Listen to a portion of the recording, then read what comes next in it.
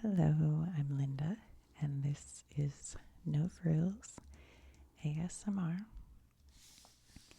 I thought today we could look at all the different presidents of the United States, and I'll tell you a fact about each president.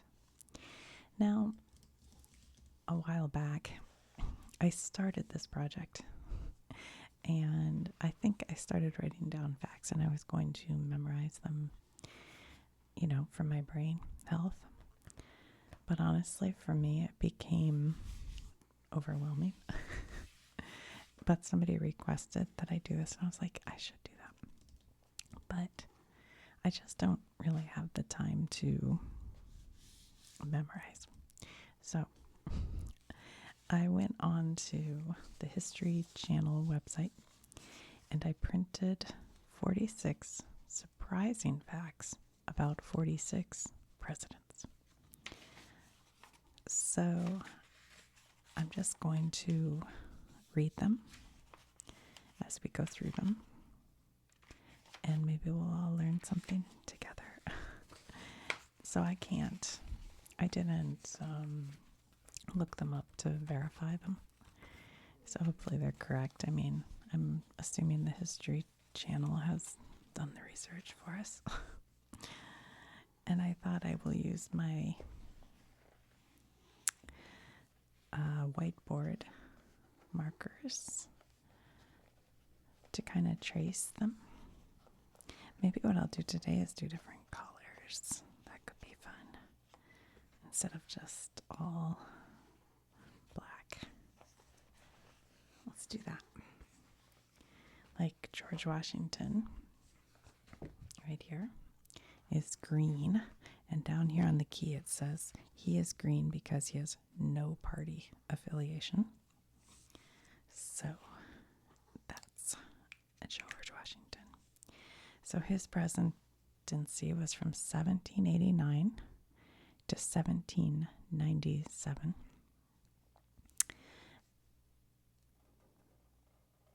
That's very green. It almost looks blue to me.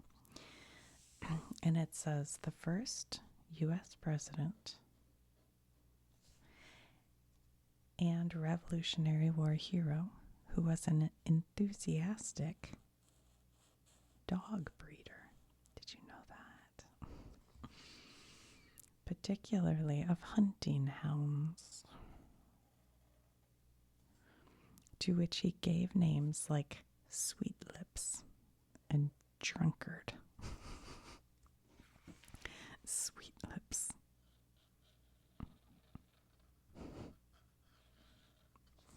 So that is the interesting fact about George Washington.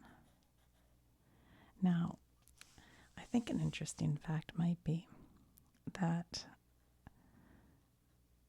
the nation, I think a lot of people, probably not everybody, but a lot, wanted him to stay president like a king almost. And he completely refused that and said that's a terrible idea. You can't have a president that can, stay on that long. So he, I don't know if you call it resigned or what, but he left. I think that's right. Okay, John Adams, 1797 to 1801, and his color is kind of a blue because he was with the Federalist Party. The Federalist Party. It says John Adams and his wife Abigail exchanged more than 1,100 letters over the course of their lengthy relationship. And I believe there is that PBS documentary guy, Ken Burns, who does the documentaries that are like 18 hours long. But a lot of them are very good. He did one where he had actors read a lot of the letters that Abigail and as I recall. Ken Burns has a documentary about country music and one about jazz. They're good. They're good. Okay, next is Thomas Jefferson. He was president from 1801 to 1809. His color is, oh, I see. It is purple and red. And that is because it was during a time when it was Democratic Republican was the party, Democratic Republican. And the opposing party was the Whigs, I guess. Correct me if I'm wrong, but I think. Okay. Thomas Jefferson. It says, Jefferson, the principal author of the Declaration of Independence, died on July 4th. Oh, this is an interesting fact. I've heard this one before. 1826. July 4th, 1826. Within hours of his frenemy, John Adams. So, Thomas Jefferson and John Adams had different beliefs, but both of them believed in, making the country better, as hopefully most presidents would. And look at this pen, it's like going away when I double down on it. And so they had a lot of public and I think private disagreements, and they wrote a lot of letters back and forth. And they both lived to be very old. I think Jefferson was like 83 or more, and John Adams, I think he was 90, which back in the 1800s was pretty old. And then on the same day, July 4th, also crazy July 4th, of 1826, they both died. That is an interesting fact. I don't know if I like the way that pen was working. Let's try this purple one. Okay, we gotta go to the next page. Alright. I can't see, it's too far away. My vision isn't that good. Alright, James Madison. Oh yeah, I think this pen's better. He was president 1809 to 1817. Madison was the shortest president at 5 feet 4 inches and weighed barely over 100 pounds. Can you imagine? You're president of the United States of America, and hundreds of years after your presidency, when someone looks up an interesting fact about you, the best they can do is you were short and little. Like, at least you could say, I think he was married to Dolly Madison, and she makes delicious cupcakes. I mean, there's that. All right, James Monroe, 1817 to 1825.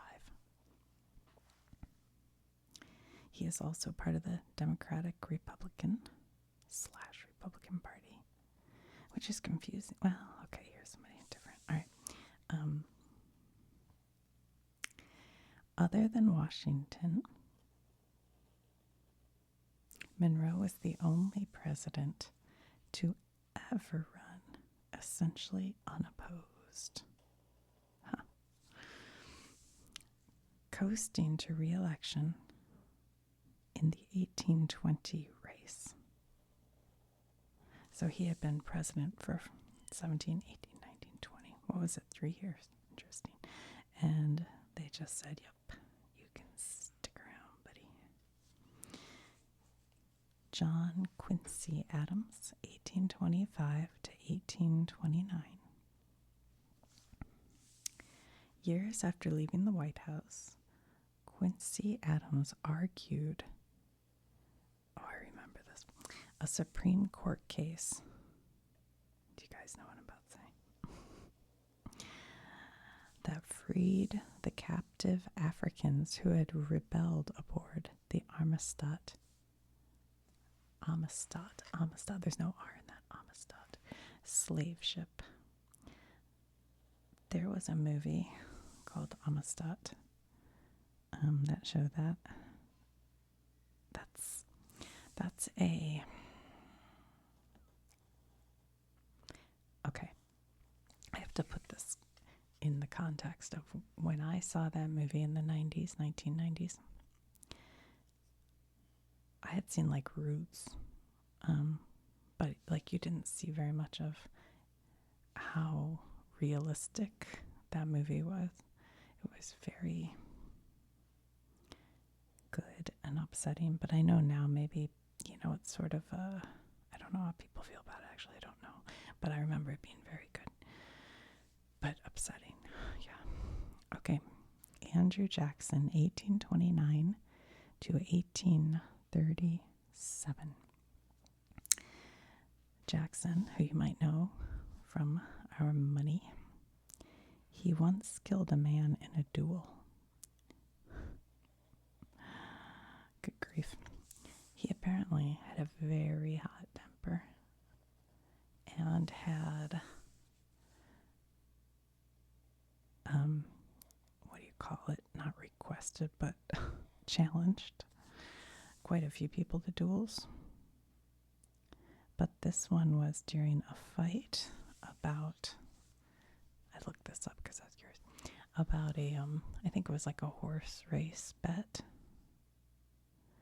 And the guy who he was fighting with made some comment about his wife. And he was like, "How dare you, I challenge you to a duel."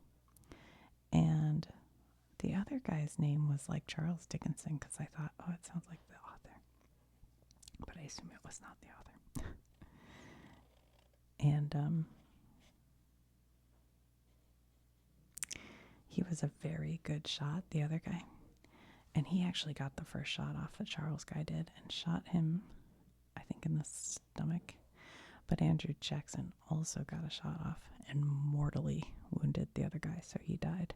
But Jackson recovered. But it really did hurt his political career.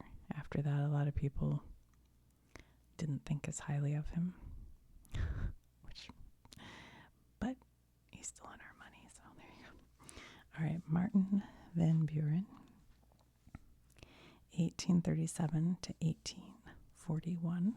He is Democrat. Oh, so is Andrew Jackson. Because see, these ones have red and purple. These guys just have purple. So he was Democrat. I think the parties were very different back then, though. They were like really kind of flip-flopped, didn't they? All right, Martin Van Buren. What does that say? Van Buren was the first president to be born in. Wait a minute, let me read this again. Oh, he was the first president to be born an American. Well, that is interesting. So all these guys were born in probably England or somewhere. Scotland, Ireland, England, I don't know. Something like that. But he was born an American. Actually, it would be interesting to know, were they all born British or French or what? I don't know.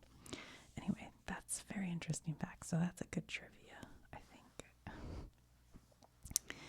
Van Buren. What else? All previous presidents were originally British subjects, having been born prior to 1776. Oh, I get it. So they could have been born here in the United States, but it was prior to it actually being the United States. So they were British subjects. I get it. Okay. Well, that's a good fact. Martin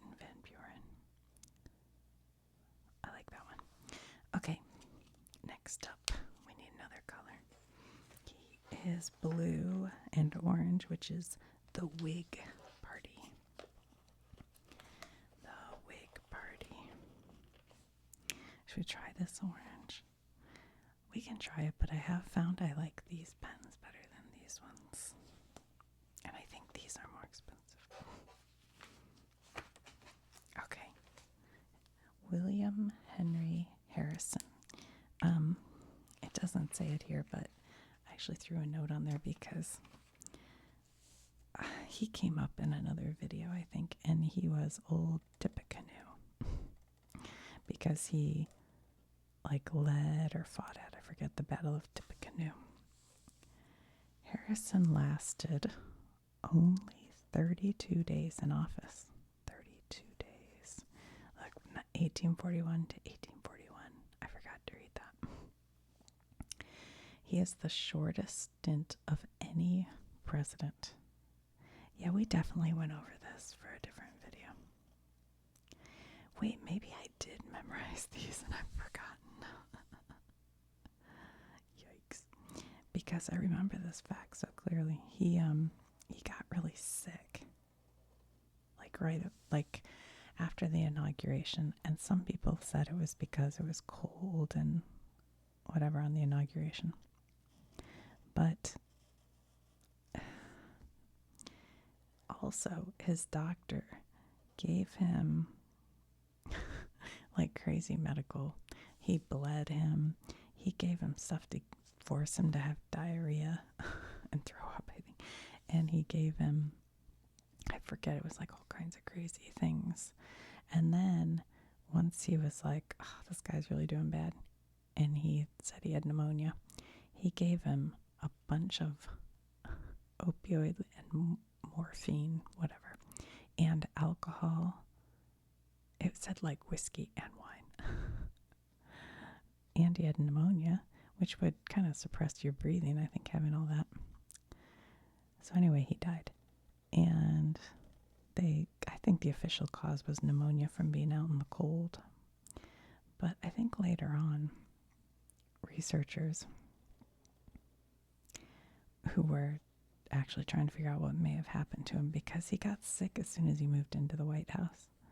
And apparently the White House there was all the sewage was sort of upstream of the White House. So they kind of think he may have gotten hepatitis or dysentery or something from the sewage, I think. That's just what I remember. That isn't on here. But maybe we did do this one time. I just don't recall. All right, next is John Tyler. 1841 to 1845, a member of the Whig Party. John Tyler's fact is who's that guy from America's Got Talent? Anyway, John Tyler, it says, Tyler fathered 15 children, the most of any president. Way to go, John. All right.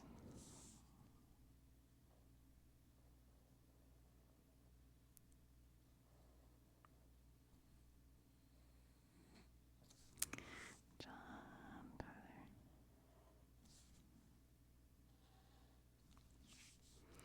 All right, next is James Knox Polk, and he is Democrat from 1845 to 1849. Gotta get a purple pen out. Hold on. Okay. During his term, Polk, I never know how to say a word like O-L-K, Polk secretly purchased a number of enslaved children for his Mississippi cotton plantation. That's bad. But my question would be, was it already being frowned upon? Why would it be secretly? Or was he against slavery, and so he did it secretly? I don't know. Because at that time, didn't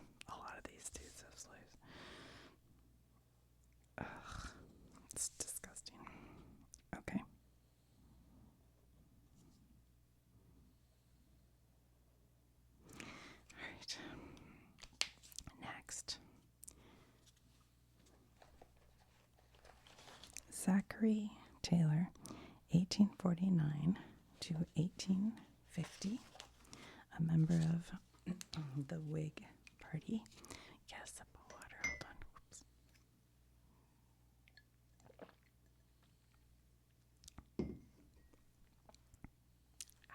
All right. Zachary Taylor. He was known as Old Rough and Ready. Never voted in an election prior to being on the ballot himself. It's kind of interesting, I guess.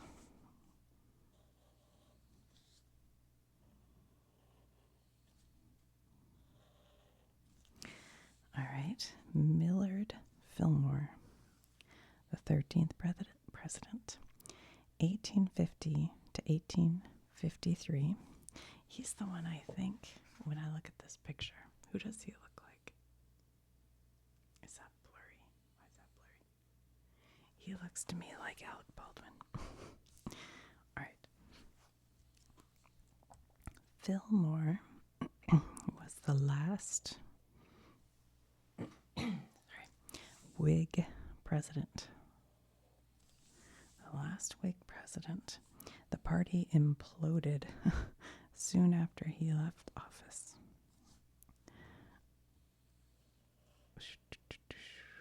Okay. Franklin Pierce, who, according to this, was a Democrat. 1853 to 1857. The only president from New Hampshire. He also attended college in New England. Oops. At Bowdoin College in Brunswick, Maine. The only president from New Hampshire. There you go. James Buchanan, 1857 to 1861. In 1853, while serving as minister to Great Britain,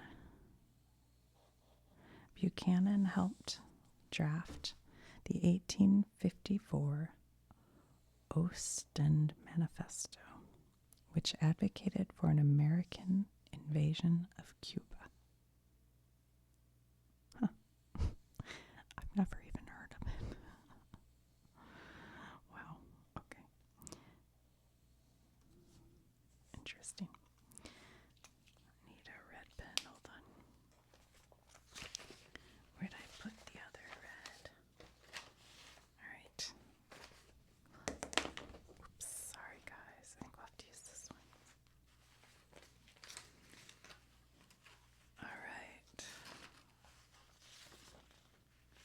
What are they going to say about Lincoln? There's so many things that could be said. Abraham Lincoln, 1861 to 1865, 4 years. He was a Republican. Abraham Lincoln, or Honest Abe, the tallest president at 6'4". So he's a full foot taller than the short guy.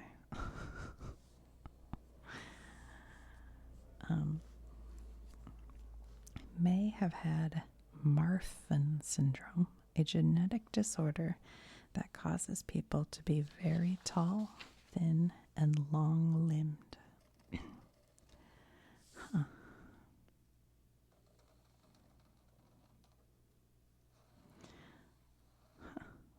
Also was president during the Civil War.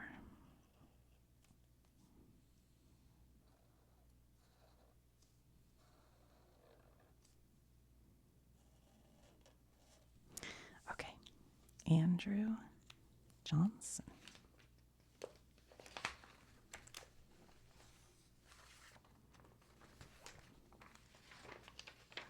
Done with that page. Andrew Johnson, 1865 to 1869. All right, Andrew. I don't like this pen very much.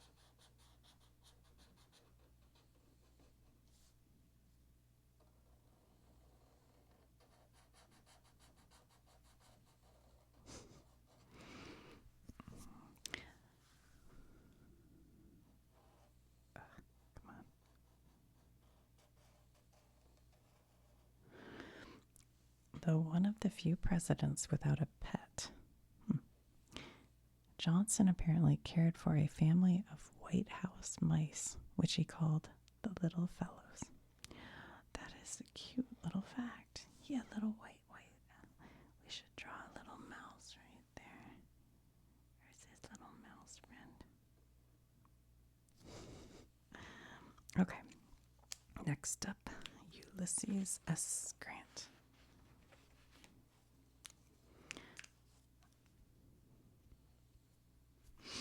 He was Civil War General Grant was invited to join Abraham Lincoln at the Ford's Theater on the fateful evening of April 14th, 1865, but was forced to decline after he and his wife had made plans to visit their children in New Jersey. Nowadays, there'd be a big conspiracy theory about that.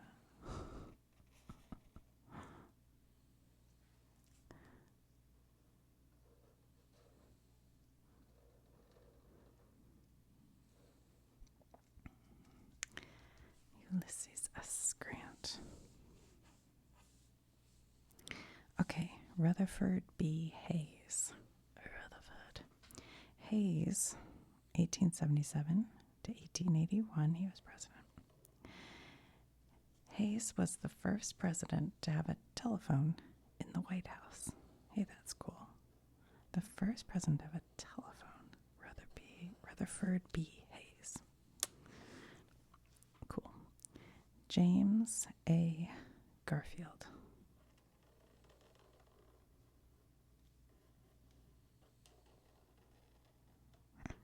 Garfield, who was the first known left-handed president, was elected to the U.S. Senate, but never served as Ohio Senator because he then won the presidential nomination for the Republican Party. How about that? Chester A. Arthur, 1881 to 1885. Arthur was named in honor of Chester Abel, the doctor who delivered him. Fascinating.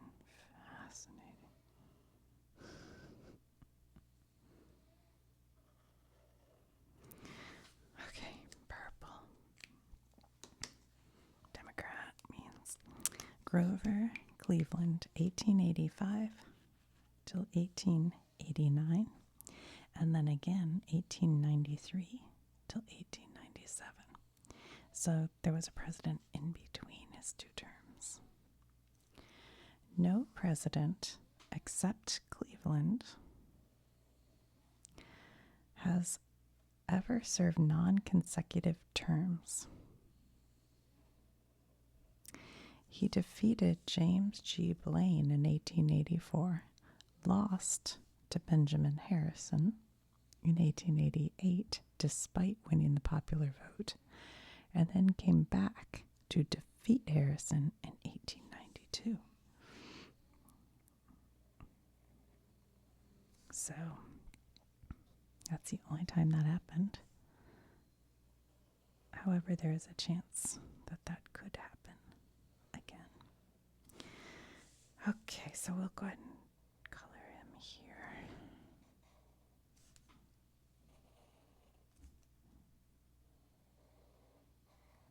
Because he was here to 1893 to 1897.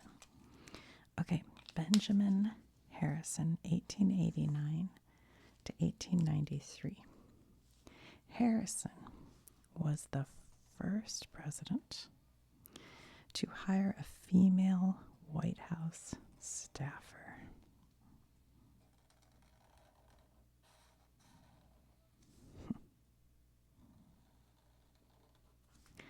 Okay, William McKinley, who Mount McKinley is named after, I believe. McKinley's likeness appears on a U.S.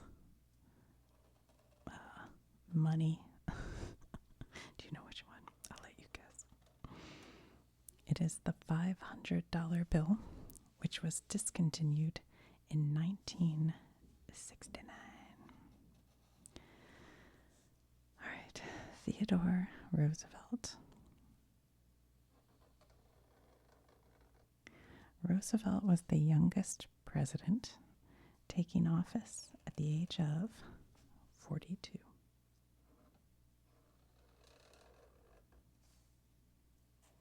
And the teddy bear is named after him, I believe, because he was very into like outdoors.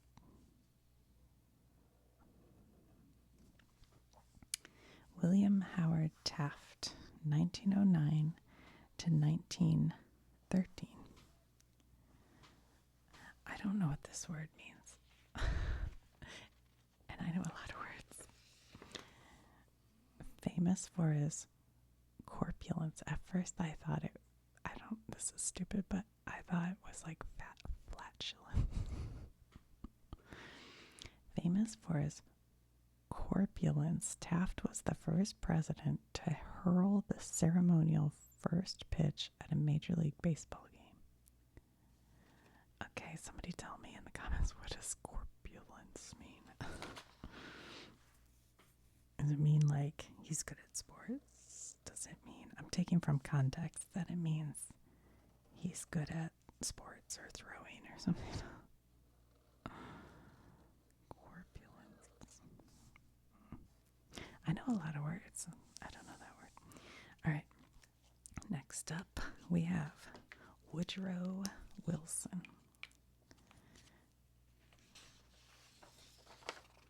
Next page. He was president from 1913 to 1921. In a 1914 proclamation, Wilson officially established the second Sunday of May as Mother's Day. Mother's Day.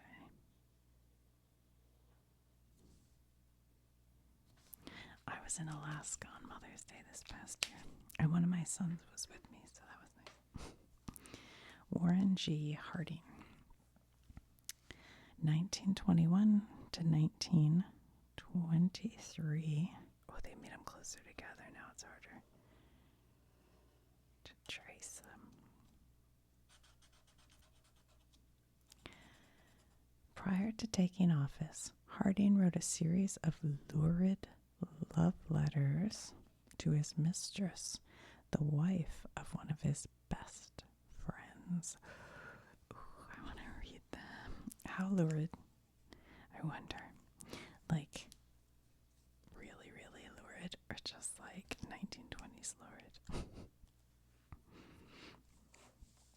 Don't be fooled. These people were just as lurid as any of us. All right, Calvin Coolidge. A quiet man, Coolidge purportedly replied, "You lose," to a visitor who bet she could get at least 3 words out of him.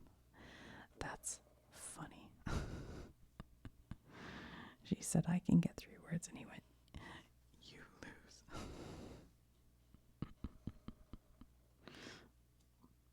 How did he become president? That's before you had to talk much, I guess. People just read stories about you. What a different world before television and even before social media. All right, Herbert Hoover. 1929 to 1933. An Iowa native who spent part of his boyhood in Oregon, Hoover was the first president to hail from west of the Mississippi River. Okay, it's interesting. Franklin D. Roosevelt. 1933 to 1945, Democrat. Franklin D. Roosevelt, the longest serving commander in chief, claimed to be distantly related to 11 other presidents, including his fifth cousin, Theodore Roosevelt. Fifth cousin. That's a long way off, you know? Like, how many of us know even our third cousin? But it wouldn't surprise me if a lot of these people were related. It was just a smaller world. And to be, you know, in political circles. Yeah, I believe it. Harry S. Truman, 1945 to 1953. The S in Harry S. Truman was just an initial. It didn't stand for any name. The S in Ulysses S. Grant didn't stand for anything either. I had an uncle whose name was A.D. Letter A, letter D. Didn't stand for anything. Kind of interesting. Dwight D. Eisenhower, 1953 to 1961. World War II hero Ike was the first president to ride in a helicopter. That's neat. I remember my dad had a button that said, "I like Ike." I think it was probably his parents or something. Because, well, no, I guess it could have been his, 1953 to 61. Yeah. I don't know. All right, so he was a Republican. John F. Kennedy, Democrat. 1961 to 1963. Johnson's first career was as a teacher. That's cool. He worked at a school near the U.S.-Mexico border for 4 years before launching a career in politics.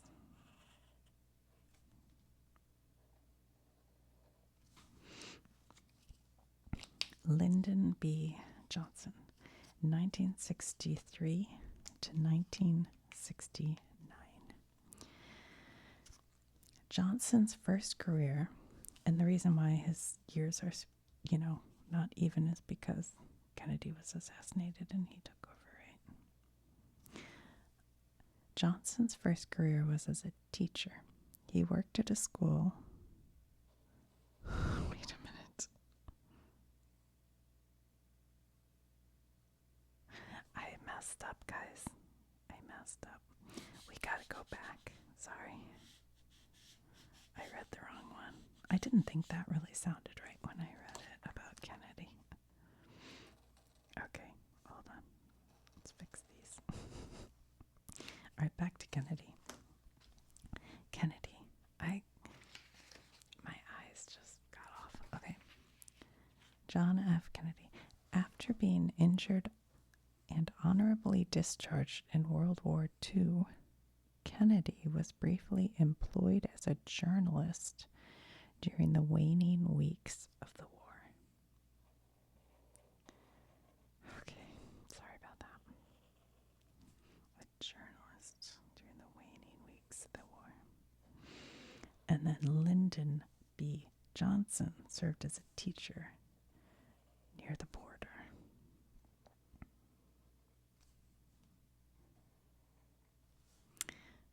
Yes. Before launching a career in politics. Okay. Richard M. Nixon, Republican, 1969 to 1974. 69, yeah. Okay. Nixon became such a skillful poker player while stationed in the Solomon Islands during World War II that his winnings helped launch his political career upon his return to the United States. That's interesting.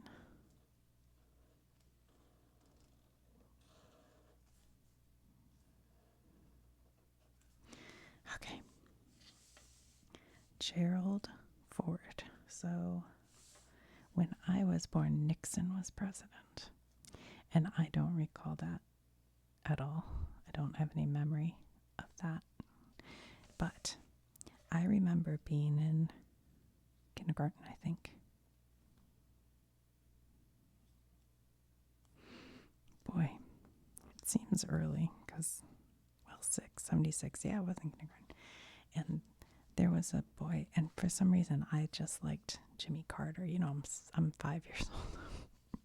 But he always seemed nice. It must have been that year. And there was a kid named Chip, and he would always get in my face and go, Jimmy Carter's a peanut head, because he was a peanut farmer. And I kind of skipped forward, sorry. And I would get so mad. So there you go. Anyway, okay, Gerald Ford. Where are you, Ford? Oh, here he is. Okay. 1974 to 1977. A star football player at the University of Michigan, Ford turned down offers from both the Detroit Lions and the Green Bay Packers. I did not know that. I could have put that in that Green Bay Packers video. I did not know. Okay. Jimmy Carter, the aforementioned peanut head. Chip. All right. Jimmy Carter. You know what, you guys? This doesn't matter to you. You're not going to care. But it wasn't Chip. It was Ricky. It was a boy named Ricky. He could tap dance. Sorry, I got that in my head. I just had to get it. Jimmy Carter, when his father died in 1953, Carter gave up his successful military career to move back to Georgia and guess what? Work on their peanut farm. There you go. Ronald Reagan. 1981 until 1989. He's a Republican. Oh, I forgot to say, I think Ford, Republican, Carter, Democrat. Reagan, Republican. Oh, I'm so sorry, guys. Sorry about that. Reagan worked as a lifeguard and a sportscaster before becoming an actor and later a politician. Reagan wasn't like a nobody actor. He was a big-time actor. He was very well known for his acting. Just so you know. Okay, George H.W. Bush, 1989 to 1993. While a student at Yale University, Bush was captain of the baseball team and a member of the Skull and Bones, an elite secret student society. And I think quite a few presidents may have been part of that. Maybe I'm wrong, but wasn't like Al Gore or somebody. I don't know. I don't remember. All right, Bill Clinton. Democrat. Clinton played saxophone and famously performed on the Arsenio Hall show when he was a candidate for president. Yeah, I remember that. He came on and played saxophone. Arsenio Hall was known for going, ooh, ooh, ooh, ooh, like, I forget, something like that. All right, George W. Bush, 2001 to 2009.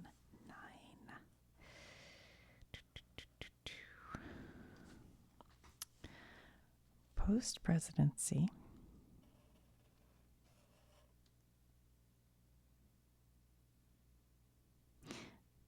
I just wanted to say one thing. I think, I'm trying to look at the dates. 89. Well, what month? It would have been in March. So I think the first election that I could vote in was this one. Is that right? 89, I'd have been 18. Yeah. I'll have to look up who he ran against. I can't remember. But anyway, and then I voted in every election. I never miss a vote. All right, George W. Bush, where are we? Post-presidency, Bush took up oil painting, exhibiting his work at the Museum of the Southwest in Texas. I have looked at his work. It's good. He's a good painter. Yeah. Okay. Barack Obama. Oh, by the way, Republican. Barack Obama, Democrat. Look how young he looks here. The 44th president. Prior to becoming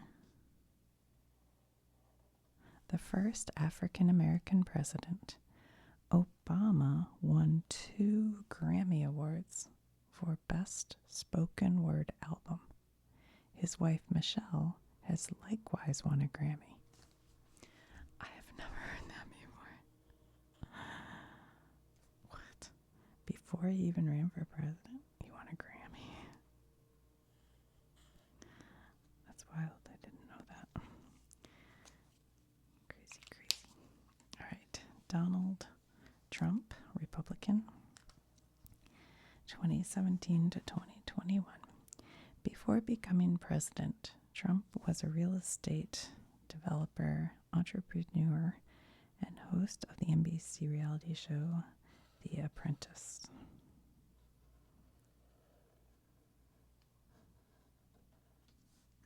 Where his tagline was, "You're fired."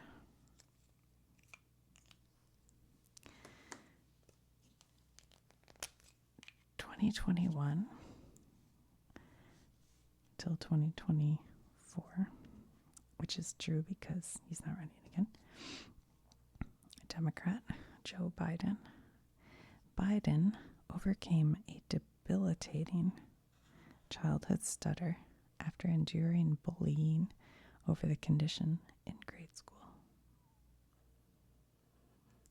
You know who else had a stutter? King George, Elizabeth's dad, I think, in England. There was that movie, The King's Speech, was about that. And then we will see who gets elected. But get out and vote. It's your